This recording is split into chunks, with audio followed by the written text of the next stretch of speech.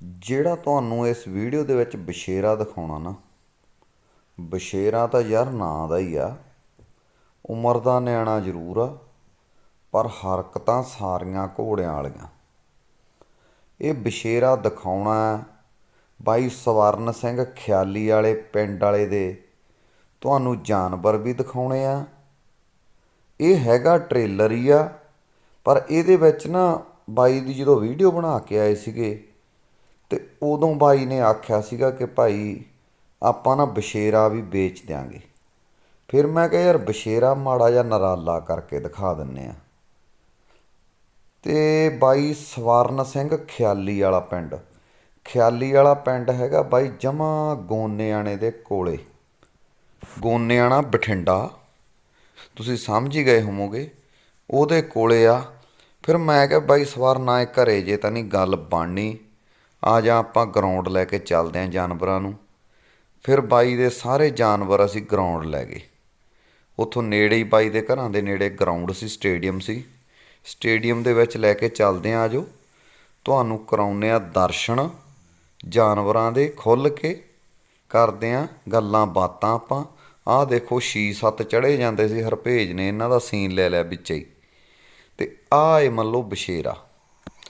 ਪਿਆਰ ਦਾ ਇੱਕ ਜਾਦੂ ਹੁੰਦਾ ਵੀ ਸੱਜਣੋ, ਘੋੜਿਆਂ ਲਈ ਪਿਆਰ ਇੱਕ ਜਾਦੂ ਵਾਂਗੂ ਕੰਮ ਕਰਦਾ।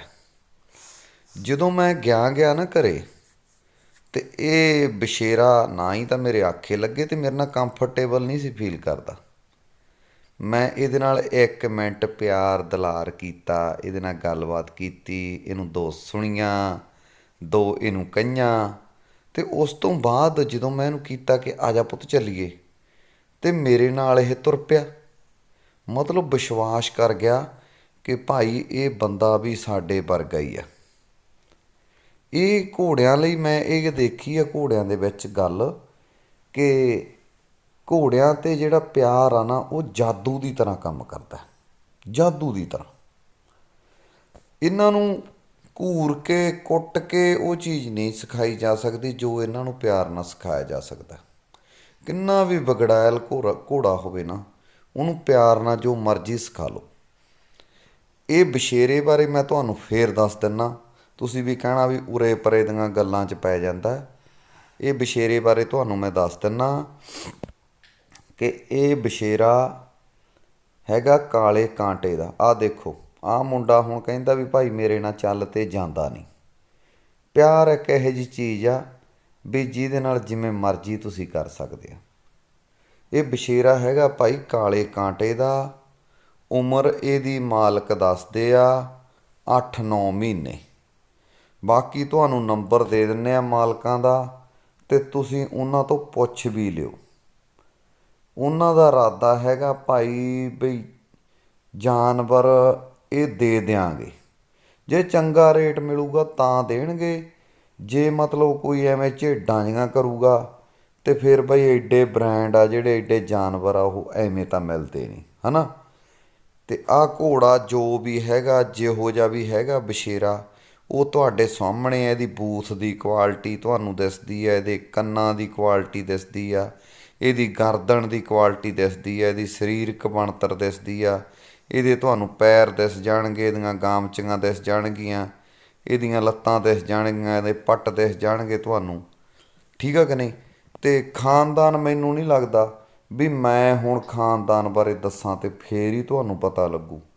ਕਾਲਾ ਕਾਂਟਾ ਕਹਿਤਾ ਇੰਨਾ ਹੀ ਬੜਾ। ਅਤੇ ਬਾਕੀ ਮਾਲਕ ਇੱਕ ਗੱਲ ਹੋਰ ਕਹਿੰਦੇ ਆ, ਉਹ ਇਹ ਕਹਿੰਦੇ ਆ ਕਿ ਭਾਈ ਜੇ ਕਾਲੇ ਕਾਂਟੇ ਦਾ ਹੈਗਾ ਤਾਂ ਉਹ ਵੈਰੀਫਾਈ ਕਰਾਉਣਗੇ, ਤੁਹਾਨੂੰ ਵੈਰੀਫਾਈ ਕਰਕੇ ਦੇਣਗੇ। ਵੈਸੇ ਤਾਂ ਮੈਨੂੰ ਲੱਗਦਾ ਕਿ ਇਹਦੀ ਬਿਊਟੀ ਜਿਹੜੀ ਹੈਗੀ ਆ ਉਹ ਆਲਰੇਡੀ ਵੈਰੀਫਾਈਡ ਆ, ਪਰ ਫਿਰ ਵੀ ਜਿਹਨੇ ਭਾਈ ਜੇ ਖਰੀਦਣਾ ਹੋਵੇ ਤਾਂ ਫਿਰ ਵੈਰੀਫਿਕੇਸ਼ਨ ਤਾਂ ਜ਼ਰੂਰੀ ਆ। ਅਤੇ ਸਭ ਤੋਂ ਵੱਡੀ ਗੱਲ ਮੈਂ ਇਹ ਦੱਸਦਾ ਕਿ ਬਾਈ ਸਵਰਨ ਨਾ ਪਿੰਡ ਖਿਆਲੀ ਵਾਲਾ ਜਾਨਵਰ ਨਾ ਨਵੇਂ ਹੀ ਰੱਖਣ ਲੱਗਿਆ। ਮਤਲਬ 2-3 ਸਾਲਾਂ ਤੋਂ ਹੀ ਸ਼ੌਂਕ ਆ, ਕੋਈ ਬਾਹਲਾ ਪੁਰਾਣਾ ਨਹੀਂ ਗਾ। ਆਪਾਂ ਕਹਿ ਸਕਦੇ ਵੀ ਇੱਕ ਹੁੰਦੇ ਆ ਨਾ ਵੀ ਪਰਿਵਾਰ ਖਾਨਦਾਨੀ ਹੁੰਦੇ ਆ ਘੋੜਿਆਂ ਦੇ ਵਿੱਚ, ਉਸ ਤਰ੍ਹਾਂ ਨਹੀਂ ਗਾ ਵੀ ਨਵਾਂ ਬੰਦਾ ਜਿਵੇਂ ਮੈਂ ਨਵਾਂ ਹੈ, ਇਸੇ ਤਰ੍ਹਾਂ ਮੇਰੇ ਵਰਗਾ ਨਵਾਂ ਕਹਿ ਸਕਦੇ ਆ ਤੁਸੀਂ। ਤੇ ਪਰ ਬਾਈ ਕੋਲੇ ਜਾਨਵਰ ਤਿੰਨ ਆ, ਤਿੰਨੇ ਹੀ ਕਮਾਲ ਆ।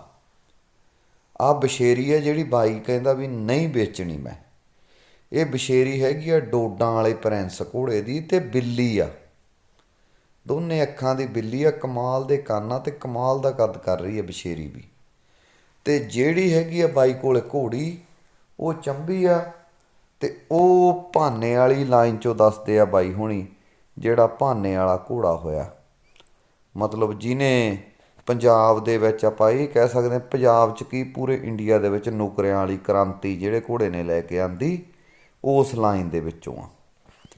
ਤੇ ਆਹ ਬਾਈ ਦੇ ਜਾਨਵਰ ਆ ਬਾਈ, ਤੁਹਾਨੂੰ ਮੈਂ ਮਤਲਬ ਚੰਗੀ ਤਰ੍ਹਾਂ ਦਿਖਾ ਰਿਹਾ ਕਿ ਭਾਈ ਜੇ ਕਿਸੇ ਨੇ ਲੈਣਾ ਉਹਦਾ ਅੱਧਾ ਪਚੱਧਾ ਕੰਮ ਹੋ ਜੇ, ਤੇ ਬਾਕੀ ਜਿਹੜਾ ਦੰਦ ਦੁੰਦ ਦੇਖਣ ਵਾਲਾ ਤੁਸੀਂ ਕਰਨਾ ਹੁੰਦਾ, ਕੋਈ ਉਹਦੀਆਂ ਭੌਰੀਆਂ ਭਾਰੀਆਂ ਦੇਖਣ ਵਾਲਾ ਕਰਨਾ ਹੁੰਦਾ, ਉਹ ਤੁਸੀਂ ਭਾਈ ਆਪਦਾ ਜਾ ਕੇ ਕਰ ਲਿਓ।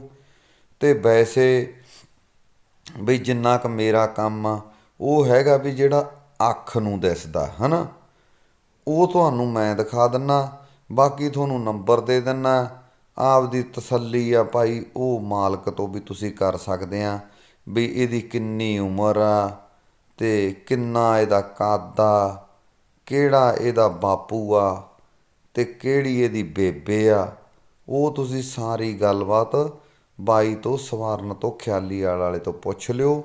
ਬੰਦਾ ਬੜਾ ਚੰਗਾ, ਮਤਲਬ ਬੀਬਾ ਬੰਦਾ, ਇੱਕ ਜੈਨੂਨ ਜਿਹਾ ਬੰਦਾ, ਤੇ ਤੁਹਾਡੇ ਨਾਲ ਗੱਲਬਾਤ ਕਰੂਗਾ ਐਂ ਪਿਆਰ ਨਾਲ। ਜਿੰਨੇ ਕੁ ਤਜਰਬੇ ਬਾਈ ਕੋ ਨੂੰ ਹੋਏ ਜ਼ਿੰਦਗੀ ਦੇ ਵਿੱਚ, ਉਹ ਵੀ ਤੁਹਾਡੇ ਨਾਲ ਬਹੁਤ ਵਧੀਆ ਤਰੀਕੇ ਨਾਲ ਸਾਂਝੇ ਕਰੂਗਾ।